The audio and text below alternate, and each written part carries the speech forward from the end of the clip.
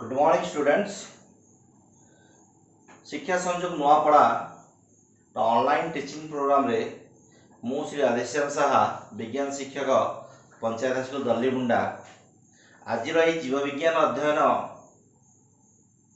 को जिलार समस्त दशम श्रेणी छात्र छात्री मान स्वागत करुच्ची। पिला माने प्रीवियस क्लास रे आमे पढ़िथिले परिवहन विषय परिवहन और संचालन विषय उद्भिद जल परिवहन उद्भिद पोषक परिवहन विषय तुम आलोचना कराई तुम जान। आज आमे ए क्लास रे मनीष शरीर परिवहन संस्था विषय आलोचना करिबा। मनीष शरीर परिवहन व्यवस्था से विषय आलोचना करिबा। तो आज आमे ए क्लास रे जो मुख्य आलोच्य विषय रक्तवाहिनी रक्त संचालन हृदपिंडर बाह्य तथा आभ्यंतर गठन इत्यादि विषय रे आमे जानिबा और आलोचना करिबा। तो पिला माने आमे जानिछे मनीष शरीर रे विभिन्न जैविक प्रक्रिया चली थाए। आमे बंचिया पे खाद्य ग्रहण करूछे एवं से खाद्य एक जैविक खाद्य जो श्वेतसार पुष्टिसार स्नेहसार इत्यादि रही एवं ताहा परिपाक क्रिया द्वारा सरलीकृत हुए एवं ताहा पुणी क्षुद्रांतरे अवशोषित हुए। फुसफुस आमे अम्लजान शोषण करूछु। विभिन्न ग्रंथि हार्मोन क्षरित होउछि एवं एई सब उपादान पुणी विभिन्न कोषर विभिन्न वर्ज्य वस्तु उत्पन्न होउछि। एई समस्त उपादान प्रत्येक कोष रे परिवहन हुए एवं ता पई आम शरीर रे एक सुनियंत्रित व्यवस्था रही जहाँ आम कहूँ परिवहन संस्था बा परिवहन व्यवस्था एवं ये संगृहित अम्लजान अवशोषित खाद्य जल अंतःस्रावी ग्रंथि क्षरित हार्मोन यूरिया आदि वर्ज्य वस्तु और अन्य पदार्थ ये परिवहन संस्था द्वारा शरीर गोटे प्रांत अन्य प्रांत को जाई थाए पहुंची थाए। एवं ये जो परिवहन व्यवस्था पिला माने ये परिवहन व्यवस्था रे रक्त होउची प्रमुख माध्यम। ये रक्त विषय हम नवम श्रेणी आलोचना करिछे। रक्त एक संयोजक टिश्यू रक्तर विभिन्न उपादान एगुड़िक विषय आलोचना करिछे आमे जानि सारिछे। तो आमे एठी केवल से रक्त विषय आलोचना करिबा नाही, खाली आमे एति जानि रखिबा जे रक्त हेउची परिवहन व्यवस्थार प्रमुख माध्यम। रक्त माध्यम रे ही जावतीय वस्तुर परिवहन हुए। ए रक्त माध्यम रे ही जावतीय वस्तुर परिवहन संभवपर हेइ थाए। आलोचना करिबा ए जे रक्त जो प्रवाह होउची ए रक्त प्रवाह हेबाकू आम शरीर मध्ये रक्तर प्रवाह हेबाकू आमे कहूची रक्त संचालन एवं से रक्त संचालन विषय आलोचना करिबा। ए रक्त संचालन पाई आम शरीर रही असंख्य नली। से नली को आमे कहूचे रक्त वाहिनी। कौन कहूचे पिलाए? रक्त वाहिनी। रक्त वाहिनी एवं आम शरीर का रक्त वाहिनी यह तीन प्रकार सॉरी भूल कहली रक्त वाहिनी हाँ ठीक होते सॉरी रक्त वाहिनी तीन प्रकार से गुड़िक शिरा धमनी और रक्त कैशिक। पिलाए तुम खाता को नोट करियो इट इज इंपोर्टेंट। रक्त वाहिनी तीन प्रकार शिरा धमनी और रक्त कैशिक। एवं ये जो शिरा यह दूषित रक्त को वहन करे। दूषित रक्त कहले अम्लजान विहीन रक्त एवं धमनी दे अम्लजान युक्त रक्त प्रत्येक कोष निकट को पहुंचे एवं रक्त कैशिक जाल पर बिछे ही तार आदान प्रदान करे।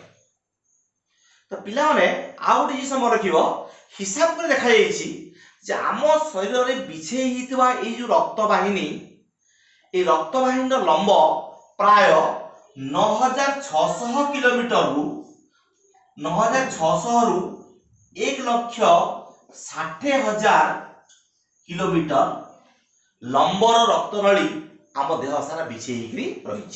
एटा मन रखिबो 9600 रु 1,60,000 किलोमीटर लंबर रक्तवाहिनी आम देह सारा बिछेई रही।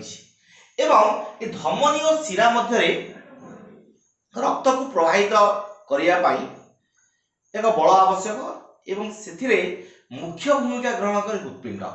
हृत्पिंड ही या बल जोगाए हृत्पिंड माध्यम हृत्पिंड द्वारा रक्तवाहिनी रे रक्त प्रवाहित हो पारे। এই हृत्पिंडटी अविरत भावे पंप परि कार्य करे सब पंप भली कार्य करिथाए। से हृत्पिंडर संकोचन और प्रसारण घटे। से संकोचन जनित चाप फल विभिन्न कोषरु दूषित शिरा माध्यम हृत्पिंड को आसे एवं पुणी ता फुसफुस को जाए। फुसफुस धमनी दे फुसफुस को जाए। फुसफुस अम्लजान युक्त हुए। अम्लजान युक्त रक्त पुणी फुसफुस शिरा हृत्पिंड को आसी हृत्पिंड रु धमनी दे प्रत्येक कोष निकट को रक्त पहुंची थाए रक्त जाई थाए। एवं ये रक्त प्रत्येक कोष निकट पहुंचे से रक्त साहाय्य रक्त माध्यम जावतीय उपादान कोष पर आवश्यक उपादान कोष निकट को पहुंचे। तो एठी से शिरा और धमनी रक्त प्रवाह पर शिरा रे एक विशेष कपाटिका रही जहाँ फल से शिरा रे प्रवाहित रक्त कौन सी परिस्थिति मध्य पछकू फेरी आसे नहीं। यह केवल गोटे बाटरे जाए अर्थात रक्तवाहिनी गुड़िक वन वे ट्राफिक भाया पिलाए एक मुहा रास्ता सज केवल गोटे दिगरे ही प्रवाहित हुए। शिरा मध्य रक्त पछकू फेरे नहीं। तो या संबंध में ब्रिटिश डॉक्टर विलियम हार्वे से 1578 रु 1657 मसीहा पर्यंत बंची। से विलियम हार्वे आम शरीर रक्त किपरि संचालित हुए ता प्रथम दर्शाई एवं सी वर्णना करथिले जे आम शरीर रे ये जो रक्त प्रवाहित होउची एहा कोषरु विभिन्न शिरा माध्यम हृत्पिंड पुणी धमनी दे प्रत्येक कोष निकट को संचालित होई थाए। यह क्लोज बा संपूर्ण परिपथ जाए। तेणु या आम कहूँ आबद्ध संचालन। एक मन रखिबो इंपोर्टेंट पॉइंट आबद्ध संचालन कहीं मुक्त हुए ना कोडी बाहर को बाहर ना आबद्ध संचालन इंपोर्टेंट पॉइंट आबद्ध संचालन क्लोज इंग्रजी कहूँ क्लोज सर्कुलेशन रक्तनली मध्य रक्त प्रवाह को आम कहूँ आबद्ध संचालन बा क्लोज सर्कुलेशन। तो ये रक्त रक्तवाहिनी प्रवाहित हुए एक आम जानिले। तो मुझे टिकी आगे कहूली रक्तवाहिनी रक्त प्रवाहित हबारे मुख्य भूमिका ग्रहण करें हृत्पिंड। तेणु ये हृत्पिंड विषय आम जाना निहाती दरकार। मनुष्यर हृत्पिंड विषय जाना निहाती दरकार। तो मनुष्यर हृत्पिंड प्रथम कौटी थाए यार अवस्थिति कौटी मनुष्यर बक्षगहर मध्यस्थल दुई फुसफुस मझिरे मध्यच्छदार उपरे टिके बाम को लेफ्ट साइड को हृत्पिंडटी अवस्थान करथाए। मु तुमको एक चित्र देखैबी। हृत्पिंड अवस्थित चित्र पे लक्ष्य करिवो यह मनुष्य शरीर एठी हृत्पिंडर अवस्थिति एठी। मु हृत्पिंडर बाह्य गठन पुणी तुमको देखैबी केवल अवस्थिति कथा मुझे दर्शेली। ये अवस्थिति टिके बाम को हृत्पिंडटी अवस्थान करथाए एवं पिलाए ये जो हृत्पिंड जड़े वयप्राप्त वयस्क व्यक्तिर हृत्पिंड लंब प्राय 12 सेंटीमीटर यार ओसार प्राय 9 सेंटीमीटर एवं यार ओजन प्राय 250 ग्राम रु 300 ग्राम पर्यंत होता है। एवं यार रंग माटिया लाल। तो अन्य जीवर हृत्पिंड देखी आमे कुकुड़ा हृत्पिंड छेली हृत्पिंड चाहिए देखिपर या रंग छेली हृदपिंड कुकुड़ा हृदपिंड भाया मनुष्य हृदपिंड रंग सामान प्राय लाल थाए माटिया लाल एवं मनुष्यर हृदपिंड यह चारिटी प्रकोष्ठ विशिष्ट मनुष्यर हृदपिंड रे चारिटी कोठरी थाए चारि कोठरी विशिष्ट मुझे तुमको गोटे चित्र देखी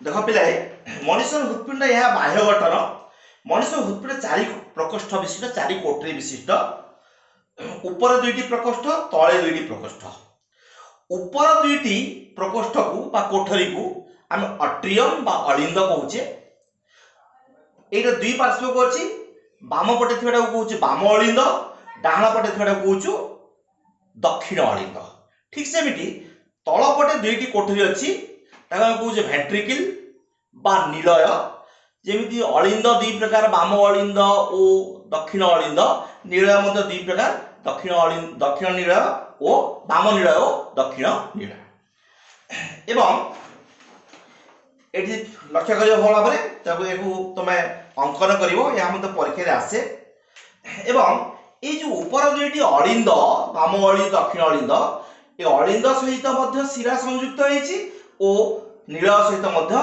शिरा संयुक्त होईची से विषय में आलोचना करिवि तो ए जो पिलाए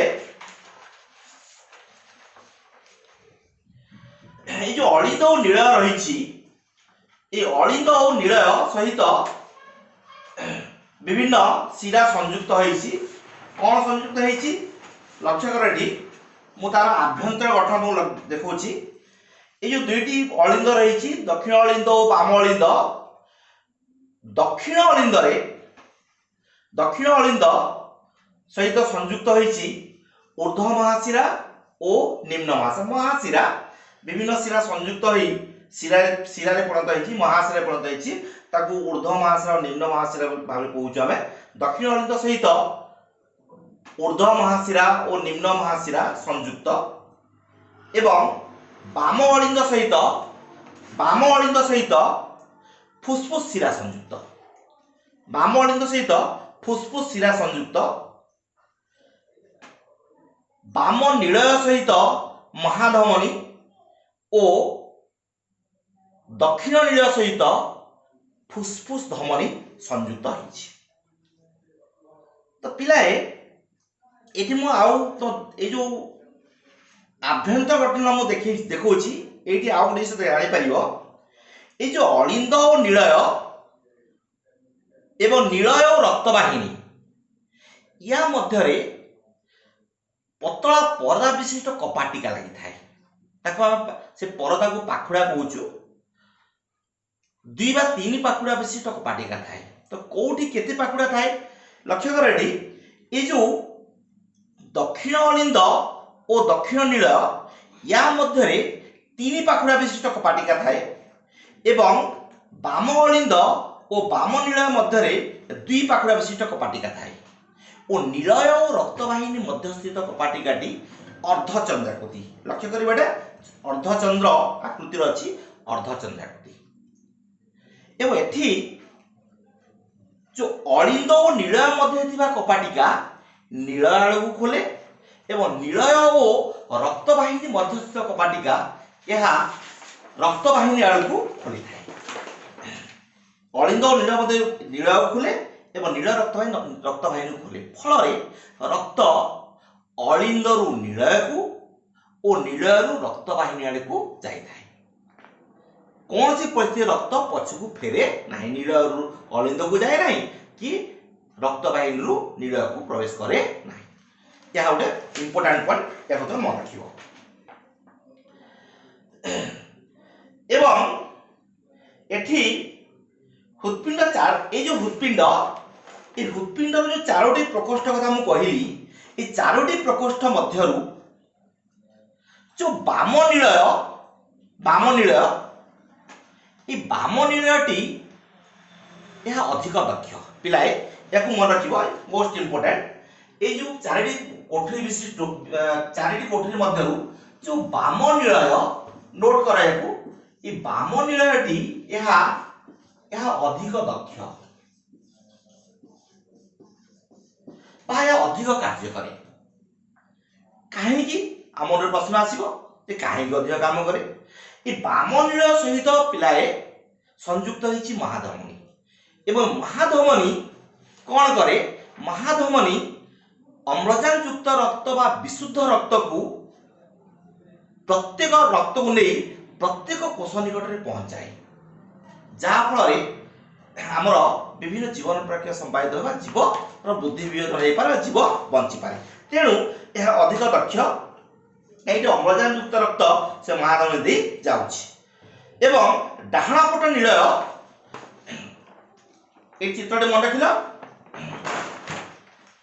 এবং ডাহাণ পট নীଳର সংকୋଚନ ଫଳରେ ଅମ୍ଳଜାନ ବିହୀନ ରକ୍ତ ଫୁସଫୁସ କୁ ଯାଏ, ଫୁସଫୁସିୟ ଧମନୀ ବା ଫୁସଫୁସ ଧମନୀ ଦେଇ ଫୁସଫୁସ କୁ ଯାଏ ଏବଂ ଫୁସଫୁସ ରେ ଅମ୍ଳଜାନ ଯୁକ୍ତ ରକ୍ତ ସହିତ ଅଙ୍ଗାରକାମ୍ଳ ବାହାରି ଯାଏ ଏବଂ ଅମ୍ଳଜାନ ଯୁକ୍ତ ରକ୍ତ, ଏହାକୁ ଆମେ ବିଶୁଦ୍ଧ ରକ୍ତ କହୁଛେ, ସେ ଅମ୍ଳଜାନ ଯୁକ୍ତ ରକ୍ତ ପୁଣି ଫୁସଫୁସିୟ ଶିରା ଦେଇ ବାମ ଅଳିନ୍ଦକୁ ଆସେ, ବାମ ଅଳିନ୍ଦରୁ ଦୁଇ ପାଖୁଡ଼ା ବିଶିଷ୍ଟ କପାଟିକା ଦେଇ ବାମ ନିଳୟକୁ ଯାଏ ଏବଂ ବାମ ନିଳୟରୁ ରକ୍ତ ବାହିନୀ ଦେଇ ପ୍ରତ୍ୟେକ କୋଷ ନିକଟରେ ରକ୍ତ ପହଞ୍ଚିଥାଏ ଏବଂ ସେ ରକ୍ତ ମାଧ୍ୟମରେ ମୁଁ ତ ଆଗରୁ କହିଥିଲି ଖାଦ୍ୟ ବସ୍ତୁ ବା ଖାଦ୍ୟ ଉପାଦାନ, ହରମୋନ, ଜଳ, ଯାହା କୋଷ ପାଇଁ ଆବଶ୍ୟକ, ଯାହା ସମସ୍ତ ଉପାଦାନ କୋଷ ନିକଟରେ ପହଞ୍ଚେ। ଏଠି এই যে হৃৎপিণ্ড ମୁଁ ଦେଖେଇଲି, এই হৃৎপিণ্ড ଗୋଟେ ମାଂସପେଶୀ ଗଠିତ। ପିଲାଏ ମନେ ରଖିବ, এই যে হৃৎপেশী, হৃৎপিণ্ড গঠন କରୁଥିବା পেশী ଆମେ କହୁଛୁ ହୃৎପେଶୀ। এই ହୃৎପେଶୀ ଏହା ଏକ ସ୍ୱତନ୍ତ୍ର পেশী, ଶରୀରର ଅନ୍ୟ ମାଂସପେଶୀ ଠାରୁ ଏହା ଟିକେ ସ୍ୱତନ୍ତ୍ର। ଆମେ ଏଥିପାଇଁ କହିବା ଯେ এই ହୃৎପିଣ୍ଡଟି ଆମ ଜୀବନ ଥିବା ପର୍ଯ୍ୟନ୍ତ ସବୁବେଳେ ଅହରହ ତାହା ସ୍ପନ୍ଦିତ ହେଉଛି, କେବେ ଥକି ଯାଏନି, ଅବିରତ ଭାବରେ ଏହା ସ୍ପନ୍ଦିତ ହେଉଛି। ଅନବରତ ସ୍ପନ୍ଦିତ ଅର୍ଥ କ'ଣ? ସଂକୋଚନ ପ୍ରସାରଣ, ସଂକୋଚନ ଓ ଶିଥିଳ ହେଉଛି, କେବେ ଇଏ ଥକି ଯାଏ ନାହିଁ। ତେଣୁ ଏହା ଏକ ସ୍ୱତନ୍ତ୍ର ଗୁଣ, ଏହା ଏକ ସ୍ୱତନ୍ତ୍ର ପ୍ରକାର ପେଶୀ ସ୍ପନ୍ଦିତ ହେଇଥାଏ ଏବଂ ସାଧାରଣତଃ ଆମେ ଜାଣିଛେ ଯେ ଗୋଟେ ସୁସ୍ଥ ବ୍ୟକ୍ତି এই হৃৎপিণ্ডର ସ୍ପନ୍ଦନର ହାର, এটা মনে রাখিব, এই হৃৎপিণ্ডର ସ୍ପନ୍ଦନ, ସ୍ପନ୍ଦନ କହିଲେ ସେ ଯୋଉ ସଂକୋଚନ ଶିଥିଳର ସ୍ପନ୍ଦନର ହାର ମିନିଟକୁ ବା 1 ମିନିଟକୁ 72 ଥର ସେ ସ୍ପନ୍ଦିତ ହୁଏ। 1 ମିନିଟକୁ 72 ଥର। ତ ହୃৎପିଣ୍ଡ ମାଂସପେଶୀକୁ ହୃଦ୍ଧମନୀ ଓ ହୃତ୍ଶିରା ଦ୍ୱାରା ରକ୍ତ ସଞ୍ଚାଳିତ ହୋଇଥାଏ। ତ ଏଇଭଳି ଭାବରେ ସେ ବାସ୍ତବ ସଂକୁଚିତ ପ୍ରସାରିତ ହେଉଛି ଏବଂ ରକ୍ତକୁ ଠେଲୁଛି, ରକ୍ତ ପ୍ରବାହିତ ହେଉଛି। ତ ପିଲାମାନେ ଏଇଟା ହେଲା ମଣିଷର ହୃৎପିଣ୍ଡର ଗଠନ ଏବଂ ରକ୍ତ ସଞ୍ଚାଳନ କଥା। ତ ମଣିଷ ତଥା ଅନ୍ୟ ସ୍ତନ୍ୟପାୟୀ ପ୍ରାଣୀ ଓ ପକ୍ଷୀ ବିହଙ୍ଗ ଏମାନଙ୍କ କୋଠରୀ ଚାରି ପ୍ରକୋଷ୍ଠ ବିଶିଷ୍ଟ, ଏମାନଙ୍କ ହୃৎପିଣ୍ଡ 4 କୋଠରୀ ବିଶିଷ୍ଟ, 4ଟି ପ୍ରକୋଷ୍ଠ ବିଶିଷ୍ଟ। ତେଣୁ ବା 4ଟି କୋଠରୀ ହେଇଥିବାରୁ ଏମାନଙ୍କ ଶରୀରରେ ବା ଏମାନଙ୍କର ଶରୀରରେ ଥିବା ହୃৎପିଣ୍ଡରେ ଅମ୍ଳଜାନ ଯୁକ୍ତ ରକ୍ତ ଓ ଅମ୍ଳଜାନ ବିହୀନ ରକ୍ତର ମିଶ୍ରଣ ହୁଏ ନାହିଁ। କାହିଁକି ନା ଦକ୍ଷିଣ ନିଳୟ ଦେଇ ଅମ୍ଳଜାନ ବିହୀନ ରକ୍ତ ଆସିଲା ଏବଂ ପୁଣି ଅମ୍ଳଜାନ ଯୁକ୍ତ ରକ୍ତ ବାମ ଅଳିନ୍ଦ, ବାମ ନିଳୟ ଦେଇ ମହାଧମନୀ ଦେଇ ପୁଣି ଶରୀରର ପ୍ରତ୍ୟେକ ଅଂଶକୁ ଗଲା। ତେଣୁ ଏଠି ଆଉ ତାର ମିଶ୍ରଣ ହୁଏ ନାହିଁ। କିନ୍ତୁ ଅନ୍ୟ ଜୀବ ଯେମିତି ମାଛ, ବେଙ୍ଗ, ମାଛର ଶରୀରରେ ଥିବା ହୃৎପିଣ୍ଡ 2 ପ୍ରକୋଷ୍ଠ ବିଶିଷ୍ଟ, କେବଳ ଅଳିନ୍ଦ ଓ ନିଳୟ, ବେଙ୍ଗର 3 ପ୍ରକୋଷ୍ଠ ବିଶିଷ୍ଟ। ତେଣୁ ଏଠି ସେ ଅମ୍ଳଜାନ ଯୁକ୍ତ ରକ୍ତ ଓ ଅମ୍ଳଜାନ ବିହୀନ ରକ୍ତର ମିଶ୍ରଣ ଘଟେ, କିନ୍ତୁ ମଣିଷ ଶରୀରରେ ଏହା ମିଶ୍ରଣ ହୁଏ ନାହିଁ। ଏବଂ ପୁଣି ଶରୀରରେ କୌଣସି ଅଙ୍ଗ ନିକଟକୁ এই ଯୋଉ ରକ୍ତ ପହଞ୍ଚୁଛି, କୌଣସି ଅଙ୍ଗକୁ ଥରେ ରକ୍ତ ପହଞ୍ଚିଲା ବେଳକୁ এই ରକ୍ତଟି ହୃৎପିଣ୍ଡକୁ ବା ହୃৎପିଣ୍ଡ ମଧ୍ୟକୁ 2 ଥର ପ୍ରବେଶ କରେ। 2 ଥର ପ୍ରବେଶ କରୁଥିବାରୁ ए प्रकार रक्त संचरण आम कहूँ द्वैत संचरण पिलाए मुझे तुमको आउ थे लक्ष्य देखी देख यहाँ हूँ ऊर्ध्व महाशिरा और निम्न महाशिरा तल निम्न महाशिरा ये महाशिरा दे रक्त आसला कौटी की दक्षिण अलिंद को दक्षिण अलिंद रु 3 पाखुड़ा विशिष्ट कपाटिका दे दक्षिण नीलय गला दक्षिण नीलय सहित संयुक्त होईची हमर फुसफुस धमनी लक्ष्य कर एटा फुसफुस धमनी ये फुसफुस धमनी रक्त गला फुसफुस को फुसफुस रे अम्लजान युक्त हला अम्लजान युक्त हला परे से अम्लजान युक्त रक्त को विशुद्ध रक्त एवं से अम्लजान युक्त रक्त फुसफुस शिरा दे फुसफुस शिरा लक्ष्य कर एटी फुसफुस शिरा ए फुसफुस शिरा दे आसीबो कोठी की वाम अलिंद को वाम अलिंद रु पुणी 2 पाखुड़ा विशिष्ट कपाटिका दे आसीबो वाम नीलय को ए वाम नीलय सहित संयुक्त होईची हमर महाधमनी से महाधमनी दे रक्त जीव पुणी शरीर प्रत्येक कोष निकट में पहुँचो यही भाव में आम शरीर में रक्त संचालन हुए एवं ये रक्त संचालन हवारे हृदपिंड मुख्य भूमिका ग्रहण कर प्रमुख भूमिका ग्रहण करे तो पिलाए आज आम आम शरीर में मनुष्य शरीर में जो परिवहन विषय आलोचना कले आशा करुच्ची तुम निश्चित भाव में या भल बुझी नोट कर पुणी या बारंबार पढ़ मु तुमको गोटे नोट्स देवी पीडीएफ माध्यम से पीडीएफ रे थिबा नोट्स को तुम खातार लिखिबो एवं गोटे कार्यफर्द देवी किसी प्रश्न थिबो से प्रश्न को समाधान करिवो उत्तर खोजी पाइबा को चेष्टा करिवो जदि उत्तर पाइबनी ताहले तो निज शिक्षक को पचारि परिवो एवं जानिबा को चेष्टा करिवो तो पिला माने ये लॉकडाउन समय जो घोर विपत्ति आम देश में पड़ी यही समय तुम घरे रही पाठ पढ़ शेष में मु तुमको कहबी स्टे होम स्टे सेफ निजे सुरक्षित रहिबा सहित परिवार को सुरक्षित रख एवं देश को सुरक्षा रखिबारे निजर हाथ बढ़ाओ परिशेष समस्त को धन्यवाद देवी घरे रही पाठ पढ़ धन्यवाद।